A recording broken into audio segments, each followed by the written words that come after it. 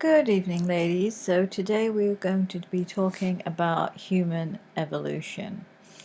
Okay, we know that humans evolved from the Miocene apes, which were around about 23 to 5 million years ago and gave rise to the present day ape lineages.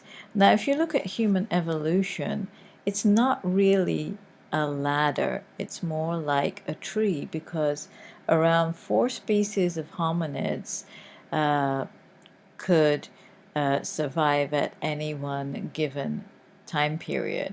However, they evolved and like branches of a tree, but in the end, only Homo sapiens survived, and the rest of the species died out. So the earliest hominins were actually found in Africa. A lot of the modern fossils have been found from the Great Rift Valley of Africa. And that's why some people call this the Garden of Eden, after the biblical Garden of Eden, except for the fact that Adam and Eve were actually of African origin. Now, in the evolution of humans, there were three main events, and we call these events the Great Leap Forward. The first event was bipedal locomotion, followed by the development of language, and then the development of art and culture. So bipedal locomotion basically means walking upright on 2 feet. Okay. So the transition to bipedalism occurred when the humans, or the hominids at that time, we weren't Homo sapiens back then, moved out of the forests into the grasslands. So one of the skeletons found of the fossil of Australopithecus afarensis was called Lucy, after the Beatles song Lucy in the Sky with Diamonds. It was discovered in 1974 in Ethiopia, and this Lucy was very, very important because the scientists pretty much found an almost intact skeleton which had never been found before. Lucy was estimated to have lived around 3.2 million years ago, and here is the skeleton that they found. So they found ribs, they found limb bones, and using clues from the structure of the skeleton, scientists could infer a lot of things. So some fun facts about Lucy. As I said, her age was around 3.2 to 3.3 million years ago, and she was discovered in Africa in 1974. So this is an artist's reconstruction of Lucy, and this is a reconstruction of her skeleton. So Lucy was around 3 feet 7 inches tall and about 64 pounds in weight and looked somewhat like a chimpanzee. But why was Lucy so important? Well, although Lucy had a small brain, the pelvis and the leg bones were almost identical in function to those of modern humans, showing with certainty that these hominids had walked erect. So never before had such an intact skeleton been found. So basically, we definitively know that Lucy walked erect. And if you look at her skeleton, you can see here that the pelvic girdle was basically broad and lower on the skeleton. Also, the knees, the knee joints or the patella bones, they were very similar to modern humans. Let's move on to the next great leap. So as I said, the first great leap was the development of bipedal locomotion. The second great leap was the development of language. So we know that the gene responsible for language is called FOXP2. So somewhere way back in evolution, there was a mutation that occurred on the FOXP2 gene that allowed hominids to actually speak. Okay. Also, if you observe and compare the human brain to the brain of chimpanzees and macaws, we see that in human brains, the regions involved in language are very highly evolved in relation to our other relatives. Finally, art and culture. So along with bipedal locomotion and language, hominids developed art and culture. And you can see from these cave paintings made in the Paleolithic era by Cro-Magnon man show that human hominids basically had a lot of art. They also had a lot of culture and rituals, such as burying their dead. Okay, so if we look at the evolution of hominids, we know that Lucy, Australopithecus afarensis, could walk upright. We can infer that Homo ergaster could probably speak. Okay.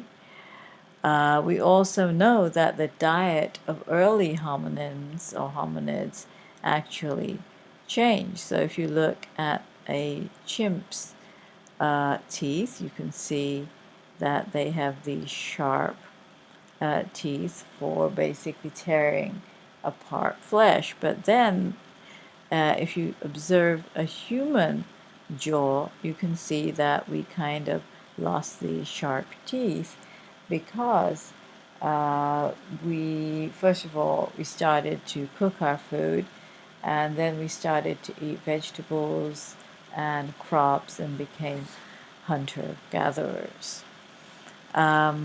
Tools. So humans began to use tools very early on, even as far back as 3.4 million years ago. And so in the Stone Age, you can see that there are various different kinds of tools, like this stone was probably used as a hammer. This flatter stone was probably used as a scraper. These look like arrowheads or tools for chiseling or cutting. Okay, so some of the key concepts that we've looked at is that the change to open habitat may have selected for bipedal locomotion. So as the animals on the earth evolve, so does the environment of the earth evolve. So as time went by, in Africa, a lot of the lush green foliage and forests was lost due to lack of rain or drought, and some of the forest transitioned into savanna or the grasslands. In the grasslands, the hominids were exposed and couldn't swing around on trees, so they basically were forced to start walking in these open areas and transition to bipedal locomotion. Hominids also used very primitive, or in certain cases sophisticated, stone tools. And we know that humans did not evolve like a ladder because at least 4 species of hominids could exist on the planet at any one time. So human evolution is more like a tree than a ladder, as we can see here. And guess who survived? Only we survived. All these species died out during evolution. Okay, so let's switch to talking about the Neanderthals. We know that the Neanderthals evolved in Europe and Asia. So this is a skeleton of a Neanderthal, and this is a modern human skeleton. You can see that the Neanderthal has these brow ridges and a pretty big brain. They're more stocky and well built than modern humans. So modern humans and Neanderthals actually branched off into separate monophyletic groups. Here you can see the brain region of the Neanderthal. Since they lived in colder regions, they were very short and stocky and heavier. They had a larger brain, but possibly they had smaller frontal and parietal lobes, suggesting that even though they did have higher order thinking, the higher order thinking was not as developed as Homo sapiens or other hominids. So the Neanderthals were named after fossils discovered in the Neander Valley in Germany in 1856. They are the first hominids to bury their dead. They made clothes from animal skins. They lived in caves and tents. They basically did have a society. So here you can see, an early hut or tent made by the Neanderthals, and these are some of the Neanderthal sites that have been excavated, and fossils have been found there. They could also hunt and made tools. They did have a social life. They had more localized groups and temporary camps and less organized family structure than modern humans. The Neanderthal genome has been sequenced, and here you can see it came out in the journal Cell. And the first of all, it was the mitochondrial genome that was sequenced, and then the nuclear DNA was also sequenced. And the main finding from the sequencing was that Neanderthals actually have a mutation in the FOXP2 gene. So you can see the location of the mutations here, and it is these mutations that allow modern hominids to speak. So the common theory that the layman supports is like, well, Neanderthals are stupid. They couldn't speak and they made grunting sounds. Well, that's not true, because according to DNA, Neanderthals had developed the ability to speak and had language. We can reconstruct phylogenetic trees and look at evolution by looking at gene sequences and basically build trees using genetic sequences and look at relationships between different groups of organisms. Let's switch topics to the Hobbits. So we've talked about the Neanderthals. We've talked about Lucy. Now let's talk about the Hobbits. Obviously, these are not Tolkien's Hobbits, but then who were the Hobbits? So recently there have been fossils found, and they've been named the Denisovans. Denisovans were close relatives of the Neanderthals and were also thought to interbreed with humans. They're named Denisovans because the fossil remains were found in a cave in Denisova in the Altai Mountains in Siberia. Okay, so this is, where are we? So this is the Altai Mountains here, and this is Denisova. And this is where the fossil remains were found. They were found in this cave, which overlooks a valley. This is a very strategic position. So basically, you know how we buy houses nowadays based on location? Well, back in the day, this would have been prime real estate because, well, if you're in this cave, you're protected, and you can also see your enemies coming. And this cave in Denisova is kind of unique because at different periods of time, different remains of modern humans, Neanderthals, and also Denisovans have been found in this cave, suggesting at different periods of time, all three species at one time, well, not at the same time, but at different times actually inhabited this cave, which made it pretty much prime real estate back in the day. Here you can see that the Neanderthal range and the Homo range overlapped with the Denisovan range, and it's been found that the Denisovans both interbred with the Neanderthals and the Homo sapiens. Okay, so this is Savante Pabo, who actually was the team leader in the discovery of the Hobbits, as we like to call them, or the Denisovans. Obviously, we call them Hobbits because they are inferred to be very short. So what did they find? Initially, they found 2 teeth and a toe bone. And when they did mitochondrial DNA sequencing, they found that it was genetically distinct from the mitochondrial DNA of both the Neanderthals and the modern humans.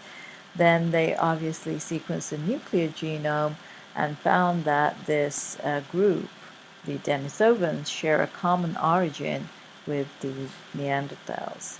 So if we look at the phylogenetic tree, so if this is a common ancestor at the root of the tree, then there's Homo ergaster. Then Homo ergaster split off into 2 branches. One branch forms the Denisovans, and the other forms Homo heidelbergensis. Then Homo heidelbergensis then split off into 2 different phyletic groups. One is the Neanderthals, and the other is the modern humans. You can also get an estimation of the time. So the 2 branches here split off around 1 million years ago. The Neanderthals and modern humans separated around 466,000 years ago.